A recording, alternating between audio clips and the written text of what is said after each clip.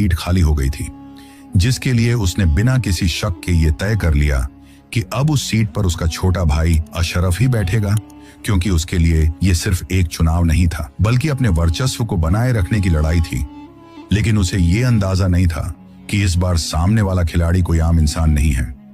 दरअसल बहुजन समाज पार्टी ने उस सीट पर एक ऐसे व्यक्ति को उतारा जो कभी अतीक के ही सिस्टम का हिस्सा रह चुका था, और वो व्यक्ति और कोई नहीं बल्कि राजू पाल था। हालांकि राजू पाल भी कोई मासूम नेता नहीं था, उसके ऊपर भी कई मामले दर्ज थे, लेकिन एक चीज जो उसे अलग बनाती थी वो थी उसका निडर होना। वो अतीक से डरता नहीं था, और यही बात अतीक के लिए सबसे बड़ा खतरा बन गई थी। और जब चुनाव के नतीजे आए तो पूरा प्रयागराज हिल गया। अशरफ हार चुका था और राजू पाल जीत गया था, पर अतीक के लिए यह सिर्फ एक चुनावी हार नहीं थी, बल्कि उसके खौफ पर सीधा हमला था।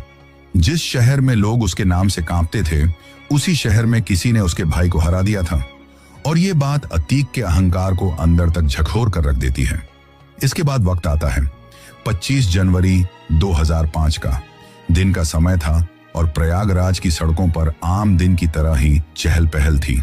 राजू पाल अपनी गाड़ी से कहीं जा रहा था, तभी अचानक कुछ गाड़ियां उसकी गाड़ी के सामने आकर रुकती हैं, और अगले ही पल पूरे इलाके में गोलियों की आवाजें गूंजने लगती हैं।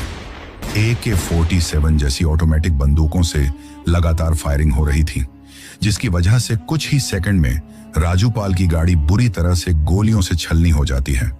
उसके शरीर में एक के बाद एक कई गोलियां लग चुकी थी, जिसकी वजह से सड़क पर उसका खून फैल जाता है और लोग डर के मारे इधर उधर भागने लगते हैं।